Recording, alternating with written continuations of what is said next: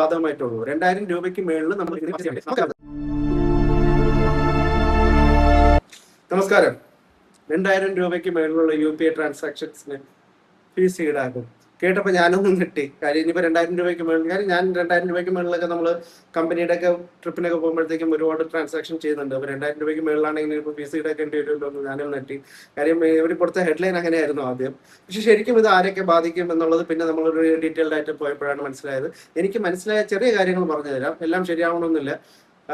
ശരിക്കും ഇത് ബാധിക്കുന്നത് നമ്മുടെ അല്ല, മെർച്ചന്റ് ട്രാൻസാക്ഷൻസിന് മാത്രമേ ഇത് ബാധകമായിട്ടുള്ളൂ. 2000 രൂപയ്ക്ക് മേളിൽ നമ്മൾ എന്തെങ്കിലും പർച്ചേസ് ചെയ്യുകയാണെങ്കിൽ നമുക്കല്ല വരുന്നത്, കൺസ്യൂമേഴ്സിനല്ല വരുന്നത്. ശരിക്കും ഇത് ആ ഷോപ്പ് ഓണർ അല്ലെങ്കിൽ നമ്മൾ ആരുടെയാണോ പർച്ചേസ് ചെയ്യുന്നത് അവർക്കാണ് 0.25 മുതൽ 0.5% വരെ സർവീസ് ചാർജ് ഈടാക്കുന്നത്. ശരിക്കും നമുക്കിത് യാതൊരു തരത്തിലുള്ള ബുദ്ധിമുട്ടും ഞങ്ങൾക്ക് കൺസ്യൂമേഴ്സിന് ഇത് വരുത്തുന്നില്ല. പക്ഷേ ഒരു കാര്യം സംഭവിച്ചേക്കാം. കാര്യം എന്ന് വെച്ചാൽ ഇപ്പൊ നമ്മൾ ക്രെഡിറ്റ് കാർഡ് കൊടുത്ത് പർച്ചേസ് ചെയ്യുമ്പോൾ ചില ഷോപ്സിൽ അല്ലെങ്കിൽ ചിലയിടത്ത് നമ്മൾ വലിയ രീതിയിൽ പർച്ചേസ് ചെയ്യുമ്പോഴത്തേക്കും ക്രെഡിറ്റ് കാർഡാണ് കൊടുക്കുന്നുണ്ടെങ്കിൽ 0.5% അവിടെ അഡീഷണൽ കൊടുക്കണമെന്ന് പറയും. കാര്യം അവരുടെ കയ്യിൽ നിന്ന് ബാങ്ക് ചാർജ് ചെയ്യുന്നുണ്ട്. ആ ചാർജ് ചിലപ്പോൾ നമ്മളടുത്ത് വാങ്ങിക്കും. അതുപോലെ ചില ഷോപ്സിലുള്ള ആൾക്കാരും ചില ബിസിനസ്സുകാരും വാങ്ങിക്കാനുള്ള ചാൻസസ് ഉണ്ട്. I'm not sure about that. Chances ഉണ്ട് എന്ന് മാത്രമേ പറയുന്നുള്ളൂ. എല്ലാവരും അതുപോലെ വാങ്ങിക്കുന്നില്ല.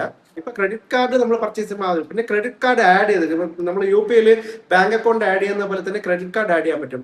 അതിന് ചാർജസ് ഓൾറെഡി ഉണ്ടെന്നാണ് എൻ്റെ ധാരണ. ഞാൻ ചെയ്തിട്ടില്ല, കാര്യം ഞാൻ ബാങ്ക് മാത്രമേ ഞാൻ ആഡ് ചെയ്തിട്ടുള്ളൂ. ശരിക്കും ഈ വീഡിയോയിൽ പറയാൻ വന്നത് ഇത് നമുക്ക് കൺസ്യൂമേഴ്സിന് യാതൊരു തരത്തിലുള്ള ബുദ്ധിമുട്ടും ഇല്ല. കാര്യം നമ്മൾ ചെയ്യുന്ന ഡെയിലി ട്രാൻസാക്ഷൻ 100 രൂപ 500 രൂപ അങ്ങനെ 1000 രൂപ 2000-ന്റെ അകത്ത് വരുന്ന ഒരു ട്രാൻസാക്ഷനും യാതൊരു തരത്തിലുള്ള ചാർജസും വരാറില്ല. പിന്നെ അതുപോലെ തന്നെയാണ് ഫ്രണ്ട്സ് ആൻഡ് റിലേറ്റീവ്സ്. നമ്മുടെ ഫ്രണ്ട്സിനോ റിലേറ്റീവ്സിനോ നമ്മൾ ക്യാഷ് 2000 അല്ല അതിന്റെ മേളിൽ അയച്ചു കൊടുത്താലും ഒരു സർവീസ് ചാർജസ് വരുന്നില്ല. ഇത് ഓൺലി ഫോർ മെർച്ചന്റ് ട്രാൻസാക്ഷൻസ്. അതും കൺസ്യൂമേഴ്സിനല്ല, മെർച്ചൻസിന് മാത്രമേ വരുന്നുള്ളൂ. അപ്പം ഇത് എനിക്ക് അറിയുന്ന ഒരു ചെറിയ കാര്യം ഞാൻ പറഞ്ഞതേ ഉള്ളൂ. Okay, by.